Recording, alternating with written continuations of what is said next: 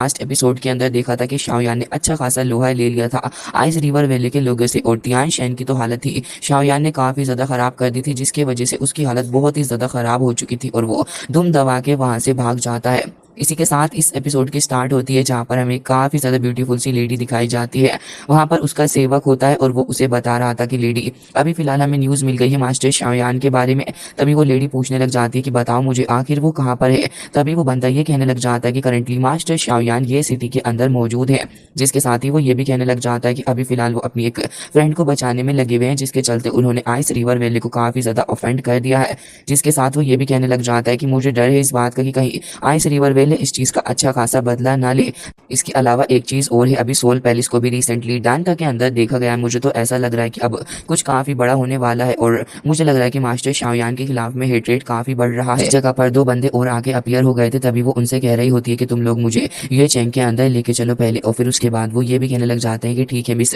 जैसा आप हमसे कहें। और वो दोनों ही एल्डर अपनी पावर का इस्तेमाल करने लग गए थे। वो अपनी पावर का इस्तेमाल करते हुए एक एरे को बना रहे थे और तभी हमें देखने के लिए मिलता है कि लड़की मुस्कुराने लग गई थी और कह रही होती है कि शाओयान शिनर तुम्हारे पास में वापस आ रही है और अगर कोई भी तुम्हें यहाँ पर टच करने की कोशिश करेगा तो फिर मैं उसकी धज्जियाँ उड़ा दूंगी। जिसके साथ ही अब वो काफ़ी ज़्यादा गुस्से में भी थी ये बात कहते हुए। हालांकि गाइस इसके बाद अब सीन वापस से ये फैमिली के अंदर ही शिफ्ट हो जाता है जहाँ पर शाओयान ने लास्ट एपिसोड के अंदर उनसे दरख्वास्त की थी कि वो लोग उसे अपने मैजिकल बीच के पास में लेके जाएं और हमें देखने के लिए मिलता है कि ये फैमिली के जो एंसेस्टर थे वो बता रहे होते हैं कि इस जगह पर हमारा एंशिएंट पूल है और वो यहाँ पर काफ़ी ज़्यादा फायर और साथ ही मैजिकल प्लेसेस भी मौजूद हैं जो कि ये फैमिली से ही बिलोंग करते हैं।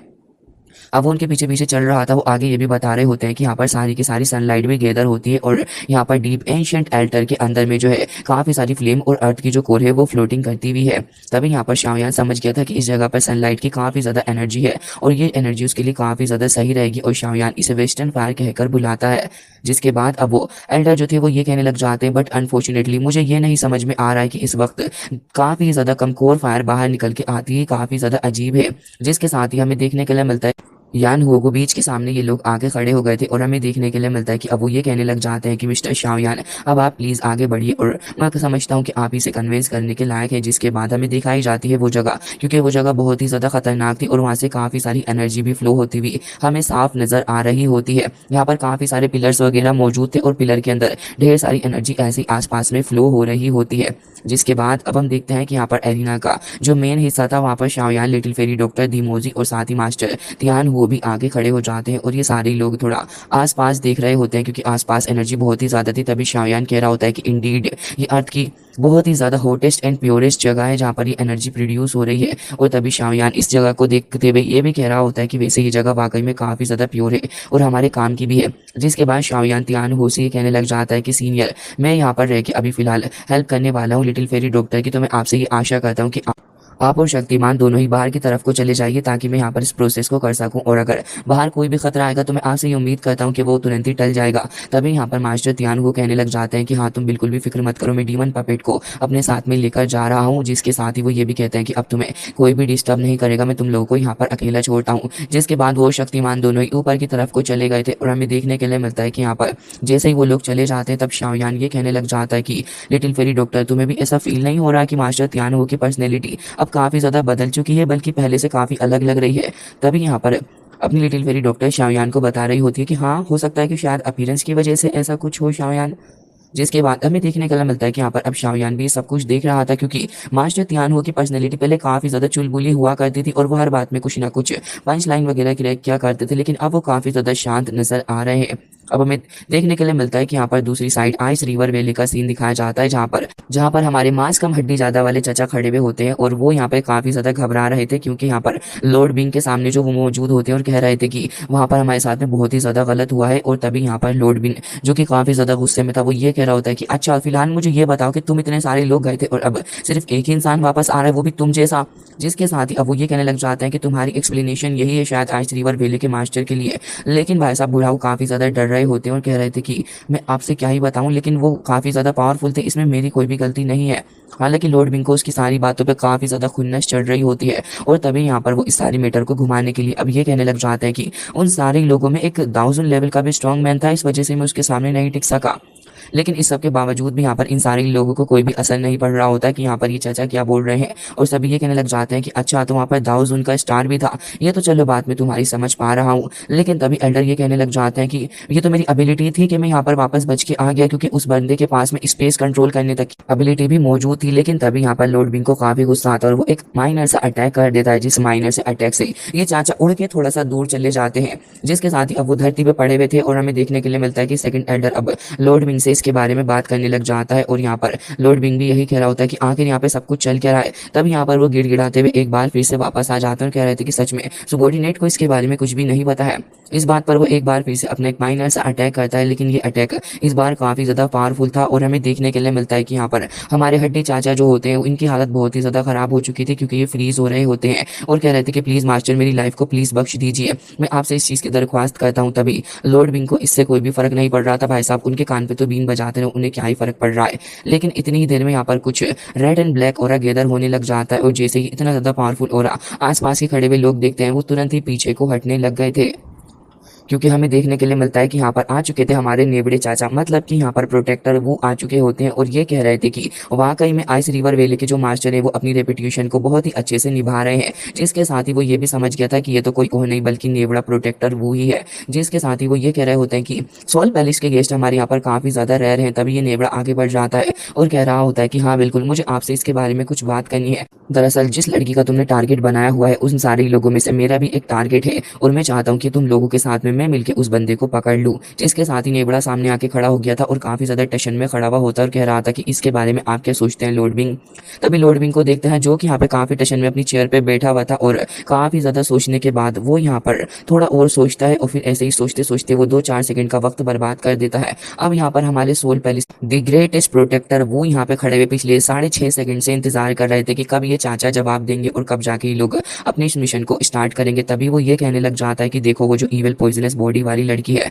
वो तो मुझसे बिलोंग करती है, उसके बाद जो सब कुछ बचा रहेगा वो तुम ले लेना, मुझे इससे कोई भी परेशानी नहीं। तभी यहाँ पर नेबड़े चाचा हंसने लग जाते हैं और कह रहे थे कि अगर ऐसी बात है तो फिर बिल्कुल आप वाकई में एक सोल्जर मास्टर कहलाने के लायक है। और कहने लग जाता है कि ठीक है, मुझे इस बात से फर्क नहीं पड़ता, और तुरंत ही फिर वहां से डिसअपियर भी हो गया था। दूसरी तरफ अब हमें देखने के लिए मिलता है कि शाओयान और लिटिल फेरी डॉक्टर दोनों ही खड़े हुए थे, और शाओयान एक गहरी सांस लेते हुए ये कहने लग जाता है कि मैं तुम्हारी बॉडी के अंदर से इस सारे के सारे पॉइजन को कुछ ही वक्त के अंदर निकाल दूंगा, लेकिन ये प्रोसेस थोड़ा पेनफुल होने वाला है, तो प्लीज थोड़ा बर्दाश्त कर लेना, तुम्हें थोड़ा होल्ड ऑन करना होगा। तभी लिटिल फेरी डॉक्टर यहाँ पर ये कहने लग जाती है कि शाओयान तुम कैसी बातें करते हो, मुझे तुम्हारे ऊपर ट्रस्ट है। जिसके बाद शाओयान कहता है कि अगर ऐसी बात है तो फिर चलो स्टार्ट करते हैं इस प्रोसेस को। हमें देखने के लिए मिलता है कि शाओयान तुरंत ही अपनी हेवनली फ्लेम का इस्तेमाल करता है, और जैसे ही लिटिल फेरी डॉक्टर के चेस्ट के पास से फॉर्मेशन ओपन होती है धीरे धीरे करके, अब उसे पेन होने लग जाता है। शाओयान ने ये कहा था कि पेन होने लगेगा, लेकिन ये प्रोसेस स्टार्ट होते इतना ज्यादा इमेंस पेन हो रहा होता है लिटिल फेरी डॉक्टर की बॉडी के अंदर से काफी सारा पॉइजन बाहर को भी निकल रहा था, और उसकी आइज वगैरह जो थी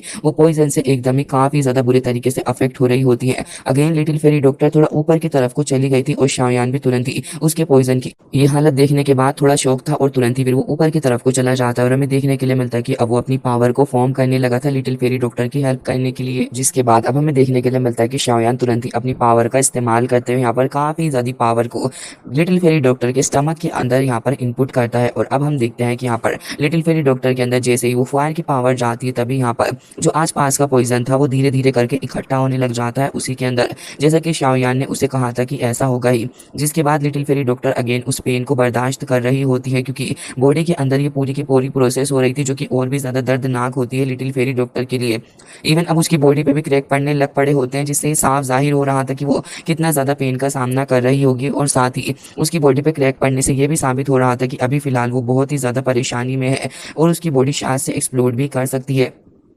जिसके बाद अब हमें देखने के लिए मिलता है कि शाओयान ये कह रहा होता है कि अब सेकंड मोस्ट इंपॉर्टेंट स्टेप आ गया है। वो तुरंत ही अपने पास में रखा हुआ बोधी इमोर्टल लैंप निकाल लेता है, और फिर उसके अंदर से जो बोधी पावर थी शाओयान तुरंत ही उसे आसपास की जगह पे फैलने देता है। और हमें देखने के लिए मिलता है कि लिटिल फेरी डॉक्टर के अराउंड वो बोधी इमोर्टल पावर तुरंत ही धीरे धीरे करके जमा होने लग गई थी, और आसपास का जो पॉइजन होता है वो उसे काट रही होती है, और धीरे धीरे करके वो जाकर उसी कोर के अंदर समा रही थी, जो कि लिटिल फेरी डॉक्टर की बेली के अंदर मौजूद था। और हमें देखने के लिए मिलता है कि फॉर्चुनेटली वो जो उसकी बॉडी के ऊपर क्रैक्स पड़ रहे थे पॉइजन की वजह से, अब वो भी धीरे धीरे करके वापस से हील होने लगे होते हैं। और अब शाओयान यही कह रहा होता है कि जैसे कि मैंने एक्सपेक्ट किया था, बहुत ही इमोर्टल पावर से बिल्कुल वैसा ही हुआ। शाओयान लिटिल फेरी डॉक्टर की तरफ को देख रहा होता है और उससे कह रहा होता है कि वाकई में इसने सच में काम कर डाला है। लिटिल फेरी डॉक्टर अभी फिलहाल इस सारी की सारी प्रोसेस के अंदर अपने आप को पूरे तरीके से कॉन्सेंट्रेट कर रही होती है। तभी शाओयान कह रहा होता है कि मैंने अपनी फाइटिंग स्पिरिट का इस्तेमाल किया है और उससे कह रहा होता है कि जो पॉइजन गैस है, अब तुम इसे पूरे तरीके से कंप्रेस्ड करने की कोशिश करो, उसके बाद इसको फॉर्मेशन के तौर पे यूज़ करके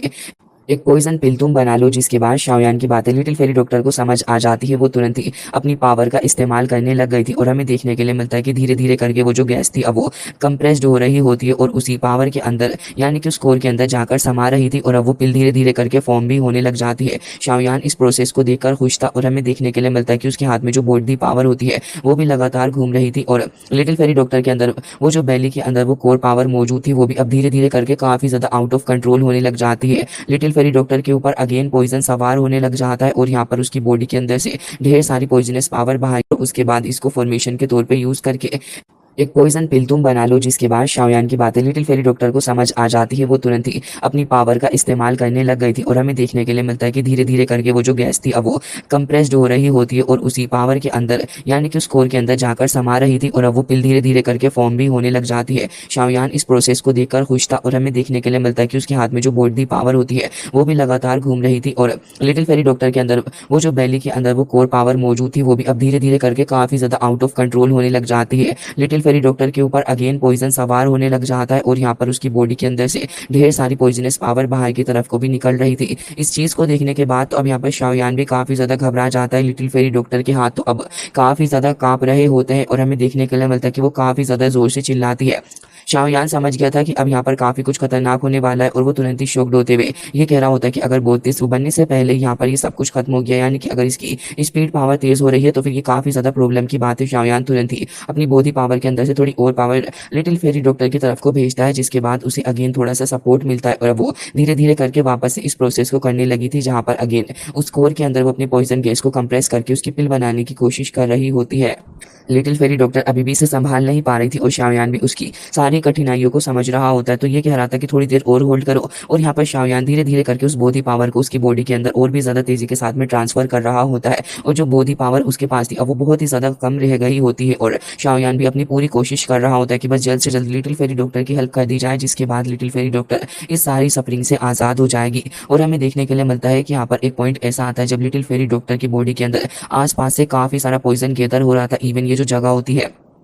इसमें जो जगह होती है, इस जगह के अंदर से भी काफ़ी सारी फायर बाहर की तरफ को आ रही थी। शाओयान इन सारी चीज़ों को देखकर काफ़ी ज़्यादा हैरान होता है, लेकिन अब यहाँ पर ये जो फायर थी वो पटाखों के रूप में यहाँ पर फट रही होती है और शाओयान इसे देख के समझ गया था कि जो प्रोसेस है वो पूरे तरीके से कंप्लीट हो गया है। और लिटिल फेरी डॉक्टर के ऊपर वो जो फायर पड़ रही थी वो ऐसा लग रहा होता है कि इसकी बॉडी को और भी ज़्यादा प्योरीफाई कर रही है और अब लिटिल फेरी डॉक्टर के ऊपर से वो जो पॉइजन कर्ज था वो फाइनली जाके हट चुका होता है और अब लिटिल फेरी डॉक्टर की बॉडी वापस से बैलेंस में आ चुकी थी। अगेन ये प्रोसेस एक बार फिर से चलता है, जहाँ पर हमें देखने के लिए मिलता है कि अब लिटिल फेरी डॉक्टर एक्सपिल के अंदर थोड़ी और पावर को गैदर करने लगी थी और शाओयान ये कह रहा होता है कि इंडीड मुझे इस जगह पर आने से काफ़ी ज़्यादा बेनिफिट हुआ है। लेकिन सडनली शाओयान नोटिस करता है कि उसके पास में तो कोई तो सीड आ गया है। शाओयान उसे देख रहा था और वो समझ जाता है कि सीड कुछ और नहीं बल्कि बोधी इमोर्टल पावर थी, जो कि अब एक बोधी सीड के अंदर कन्वर्ट हो गई है। शाओयान ये कह रहा होता है कि ये तो काफ़ी ज़्यादा स्ट्रेंज चीज़ मेरे साथ हुई है। अब शाओयान इस सीड को देखते हुए ये कह रहा होता है कि जो पावर थी वो ब्रोकन हो गई, जिसके अंदर से ये मुझे सीड भी प्राप्त हुआ। शाओयान उस सीड को देख ही रहा था और कह रहा होता है कि ये तो काफ़ी ज़्यादा सही हो गया और ये काफ़ी ज़्यादा अच्छी चीज़ है।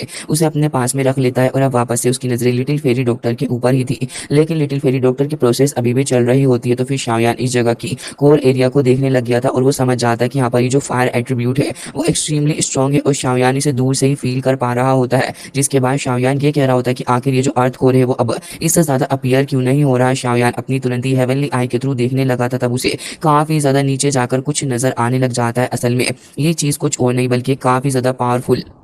अर्थ कोर स्ट्रेन है और इस चीज़ को देखने के बाद शाओयान समझ जाता है कि इंडीड ये चीज़ काफ़ी ज़्यादा पावरफुल है। और फिर शाओयान इस बीट को ही देख रहा था और तभी उसे अपने मास्टर की बात याद आ जाती है कि जो अर्थ कोर पर्ल होता है काफ़ी ज़्यादा पावरफुल एसेंस एनर्जी से बनता है, जो कि अर्थ के बहुत ही ज़्यादा गहराइयों से बनती है। अब शाओयान को मास्टर की सारी बातें याद आ रही होती हैं जब मास्टर उसे बता रहे थे कि इसे कंडेंस करने में काफ़ी ज़्यादा वक्त लग जाता है और ये जो बीड होता है ये एक एनर्जी बीड होता है और इसका इस्तेमाल करते हुए 8 से 9 ग्रेड का जो गोला बारूद बनाओगे उसके मटेरियल के लिए काफ़ी ज़्यादा सही रहेगा। तभी शाओयान सोच रहा होता है कि मुझे ऐसा क्यों लग रहा है कि आप इस बात को कुछ ज़्यादा ही बड़ा चढ़ा के बता रहे हो। टीचर, मुझे लग रहा है कि आप बस इस तरीके से ब्रेकिंग कर रहे हैं और कुछ नहीं। लेकिन तभी टीचर उसके सर पे एक चपेट मारते और कह रहे थे कि क्या कहा तुमने ब्रेट, ज़रा दोबारा बोलो। तभी यहाँ पर शाओयान को वही चमेट एक बार फिर से याद आ जाता है जो कि मास्टर ने उसको मारा था, और अब बेचारा इस सारी चीज़ को फील कर पा रहा होता है और उसे अपने मास्टर की याद भी आने लगी थी। शाओयान समझ जाता है कि जो अर्थ कोन स्ट्रेन है बहुत ही ज़्यादा पावरफुल है, क्योंकि इसने काफ़ी सारी पावर को अपने अंदर कंटेन किया है। शाओयान तुरंत ही अपनी हेवनली फायर का इस्तेमाल करने लग जाता है, जिसके बाद ये सिटी का सीन देखते हैं। धीरे धीरे करके यहाँ पर काफ़ी सारी आइस पड़ने लग गई थी। ये लोगों के लिए काफ़ी ज़्यादा अनयूजुअल था। लोग यही देख रहे होते हैं कि आखिर ये हो क्या रहा है। तो उनकी नज़र पड़ जाती है कि स्काई के अंदर तो अब यहाँ पर आइस रिवर वैली के जो एल्डर्स वगैरह हैं वो काफ़ी तेज़ी से ये फैमिली की तरफ ही बढ़ रहे हैं। लोग समझ जाते हैं कि यहाँ पर एक बहुत ही बड़ा खतरा उनके सामने आ गया है। दूसरी तरफ शाओयान को देखते हैं जो कि तुरंत ही अपनी हेवनली फायर का इस्तेमाल करते हुए इस बीट को कनेक्ट करने लग गया था अपनी स्ट्रेंज पावर के साथ में, और तुरंत ही शाओयान कह रहा होता है कि मुझे इसे बाहर लेके आना ही होगा, और अपनी पावर का इस्तेमाल करते हुए इसको बाहर खींच के लेके भी आ जाता है। और अब जैसे ये अर्थ कोर स्ट्रेन बाहर आता है, तभी ये जो तीनों पिलर होते हैं उनके अंदर से काफ़ी सारी एनर्जी बाहर की तरफ को प्रोड्यूस हो रही थी। शाओयान समझ जाता है कि जो अर्थ कोर स्ट्रेन है काफ़ी ज़्यादा पावर को अपने अंदर एब्जॉर्व कर रहा था, और ये फायर फ्लेम से, जिसके बाद शाओयान को ये भी समझ आता है कि कोई नॉर्मल सा कोर स्ट्रेन नहीं है, बल्कि ये तो डायरेक्टली ही सन की एनर्जी के साथ में कनेक्टेड है। इससे आप इसकी पावर का अंदाज़ा लगा सकते हो कि कितना ज़्यादा स्ट्रॉन्ग हो सकता है। शाओयान को यकीनन ये एक ट्रीजर से कम नहीं लग रहा था, और शाओयान इसे देख के ये कह रहा होता है कि ये तो यांग फायर का एक डायरेक्ट सोर्स भी हो सकता है। वो उसे देख के अपने हाथ में तुरंत ही पकड़ लेता है, और इसके साइज को देख के कह रहा था कि वाकई में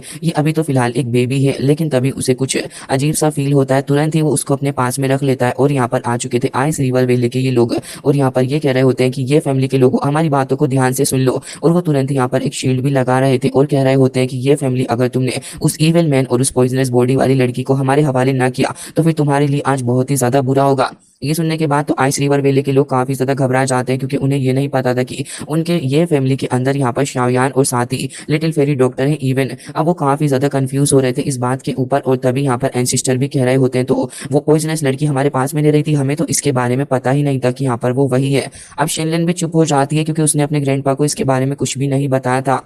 और अब ये फैमिली के जो अदर एल्डर्स होते हैं वो भी यहाँ पर आपस में बातें करने लगे थे, और कह रहे थे कि हमें तो इस बात का ज़रा अंदाज़ा नहीं था कि हमारे साथ में ये हो सकता है। अब आइस रिवर वैली के लोग हमारा क्या करेंगे। लेकिन तभी मास्टर तियान वो आगे आ जाते हैं और कह रहे थे कि हमने ये फैमिली से उनकी लाइफ एंड डेथ तक के लिए फाइट करने के लिए नहीं कहा है। और तभी शाओयान भी कह रहा होता है कि आपको डरने की ज़रूरत नहीं, ये फैमिली का मैटर नहीं है जो कि हम आपको इन्वॉल्व करेंगे। तभी एंसेस्टर कह रहे होते हैं कि बिल्कुल हम भी आपके इस मैटर के अंदर इन्वॉल्व नहीं होना चाहते। और तभी शाओयान भी आइस रिवर वैली की तरफ को पलट के कह रहा होता है कि अच्छा, तो आज की मीटिंग क्या यहीं पर होने वाली है। तभी तियानु आगे आ जाते हैं और दोनों ही ऊपर की तरफ को जाके खड़े हो गए थे। जैसे तियानु ऊपर आते हैं तभी इस हड्डी मास्टर की तो काफ़ी ज़्यादा हालत ख़राब हो जाती है, और तभी सेकंड एल्डर सामने आते हुए कह रहे होते हैं कि तो इसका मतलब तुम वही एल्डर हो जिसने हमारे इस आइस रिवर वैली के एल्डर को इतना ज़्यादा डरा दिया है। तो इसका मतलब आप एक 1000 स्ट्रॉन्ग मैन हो, मैंने आपका नाम नहीं जाना। तभी वो कहने लग जाते हैं कि मेरा नाम तियानु है। नाम सुनने के बाद वो हंसने लग गए थे और कह रहे थे कि अच्छा, तो इसका मतलब तो आप तो स्काई फायर मास्टर हैं। वेल, अब मैं आपको बताना चाहूँगा कि जो भी ग्रजेस चल रहे हैं वो इस यंग मैन और साथ ही उस इविल पॉइजनस बॉडी वाली लड़की के साथ में है। तो अगर आज आप हमारे मामले में इंटरफेयर नहीं करें तो फिर अच्छा रहेगा। लेकिन तियानु काई उसके सुनने वाले थे और कह रहे होते हैं कि अच्छा, और तुम्हें क्या लगता है इसके बारे में। तभी वो समझ जाता है कि भाई साहब यहाँ पर अपने तियानु हो तो उसकी बात नहीं मानेंगे, और कह रहा होता है कि ऐसा लग रहा है कि अब तुम दोनों को सबक सिखाना होगा। लेकिन मुझे डर है कि अभी तो वो लड़की शो अप नहीं होगी, लेकिन हाँ, मैं इस लड़के को बिल्कुल भी नहीं छोड़ूंगा, और अगर मैं गलत नहीं हूँ तो इतनी आसानी से हम लोग तुम्हें यहाँ से जाने नहीं देंगे। तभी यहाँ पर हमें देखने के लिए मिलता है कि इन लोगों में तो फाइट होना भी स्टार्ट हो गई थी, और हड्डी मास्टर ये कह रहे होते हैं कि आज तो मैं ये देखता हूँ कि तुम्हें कौन बचाएगा शाओयान। लेकिन इतनी देर में हमें देखने के लिए मिलता है कि यहाँ पर प्रोटेक्टर वो उर्फ नेबड़े चाचा आ चुके होते हैं और कह रहे थे कि ये लड़का मेरा टारगेट है और सोल पैलेस के टारगेट को मैं किसी के ऊपर नहीं छोड़ता। ये सुनने के बाद तो यहाँ पर शाओयान को काफ़ी ज़्यादा गुस्सा आ गया था, क्योंकि यहाँ पर प्रोटेक्टर वो लास्ट टाइम भी शाओयान ने उसे ऐसे ही जाने दिया था, लेकिन अब प्रोटेक्टर वो शाओयान के सामने खड़ा था। शाओयान जैसे ये नज़ारा देखता है कि उसके सामने प्रोटेक्टर वो खड़ा है, वो एक सेकंड का वक्त भी नहीं लगाता, बल्कि तुरंत ही अपनी लाइटनिंग टेक्निक का इस्तेमाल करते हुए तुरंत ही प्रोटेक्टर वो के पास पहुंच गया था और अपनी श्वान रूलर के थ्रू उसके ऊपर अटैक करने वाला होता है। प्रोटेक्टर वो भी अपनी ब्लैक चेन्स का इस्तेमाल कर रहा था और अब शाओयान को बैरियर बना के रोक लेता है, और अब शाओयान से कह रहा होता है कि तुम्हारी किलिंग इंटेंशन तो वाकई में काफ़ी ज़्यादा सही है, लेकिन फिर भी मुझे ऐसा लग रहा है कि पिछली बार जब मैं तुम्हें छोड़कर गया था उस वक्त से तुमने काफ़ी ज़्यादा इंप्रूव कर लिया है। पीछे से हमारा डीमन पपेट भी आ जाता और तुरंत ही शाओयान के एनिमी यानी कि प्रोटेक्टर वो के ऊपर अपने पंच के थ्रू अटैक करने वाला ही था, लेकिन हमें देखने के लिए मिलता है कि यहाँ पर ये इसे हड्डी मास्टर फ्रीज कर देता है और कह रहा होता है कि भाई साहब आप अपनी फाइट कंटिन्यू करिए, इसको तो मैं संभाल लूंगा। और हमें देखने के लिए मिलता है कि वो दोनों वहां से तुरंत ही गायब गायब हो गए थे। शाओयान को देखते हैं जो कि तुरंत ही अपनी ग्रीन फ्लेम का इस्तेमाल करते हुए उस चेन को तोड़ता है और अब प्रोटेक्टर वू के ऊपर शुआन रूलर से ऑलमोस्ट हिट करने वाला था, लेकिन तभी प्रोटेक्टर वू को देखते हैं जो कि तुरंत ही बच जाता है और उसके बाद शाओयान अब उसके पीछे लग गया था। दोनों के बीच में ही अब फाइट होना स्टार्ट हो जाती है। दोनों ही अब आसमान के अंदर चले गए थे और एक दूसरे के ऊपर धड़ाधड़ अटैक की बरसात करे जा रहे होते हैं। तभी यहाँ पर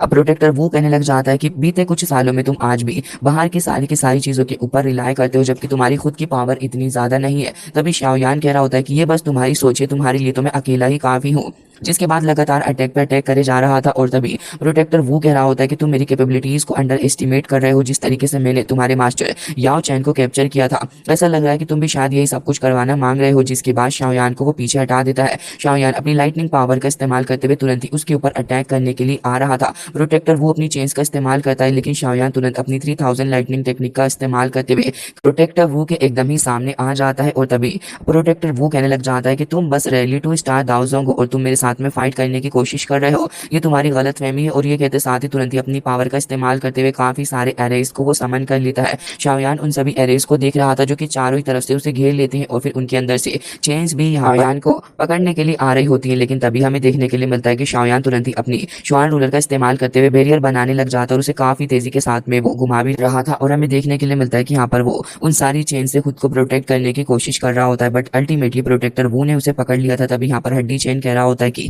ये बच्चा तो हमेशा से ऐसे ही एरोगेंट रहा है। तभी प्रोटेक्टर वो उसके सामने आ जाता है और अब वो ये कह रहा होता है कि बेटा तुम्हारे अंदर इतनी ज्यादा कैपेबिलिटीज नहीं है और ना ही तुम इतने एबल हो कि तुम यहाँ पर मेरी स्ट्रेंथ का मुकाबला कर सको। वैसे तो तुम याओ चेन को बचाना चाहते हो, लेकिन ये वाकई में एक मजाक से ज्यादा कुछ नहीं है। ये सुनने के बाद तो शाओयान को बहुत ही ज्यादा गुस्सा आ जाता है और हमें देखने के लिए मिलता है कि अब वो इतने ज्यादा गुस्से में आ चुका था कि शाओयान तुरंत अपनी 3 mysterious changes of sky fire की फर्स्ट फॉर्म का इस्तेमाल करने लग जाता है। और हमें देखने के लिए मिलता है कि यहाँ पर शाओयान की आइज अब काफी ज्यादा अजीब सी हो चुकी थी और अब शाओयान काफी ज्यादा पावरफुल हो चुका था। शाओयान अपनी फर्स्ट ट्रांसफॉर्मेशन गोल्डन लोटस का इस्तेमाल करते हुए खुद को उन चेन से आजाद करवा लेता है, जिसके बाद आसपास काफी सारी एनर्जी भी रिलीज होती है और प्रोटेक्टर वो भी अब थोड़ा पीछे को हट गया था। जैसे यहाँ पर ये ओल्ड मैन देख रहा होता है कि शाओयान ने 3 मिस्टीरियस चेन हेवनली फायर का इस्तेमाल किया, तभी वो समझ जाता है कि तो वर्निंग रॉक वैली की काफी ज्यादा पावरफुल और एक सीक्रेट टेक्निक है जो कि ऐसे वैसे किसी को भी नहीं मिलती। तभी वो देख के काफी ज्यादा हैरान होता है कि शाओयान के पास में ये है और अब वो ये कहने लग जाता है कि प्रोटेक्टर वो थोड़ा संभाल के, क्योंकि शाओयान के पास में है तो अब इससे बच के रहना। लेकिन प्रोटेक्टर वो तो यहाँ पर खुद को कुछ ज्यादा ही खासम खास समझ रहे थे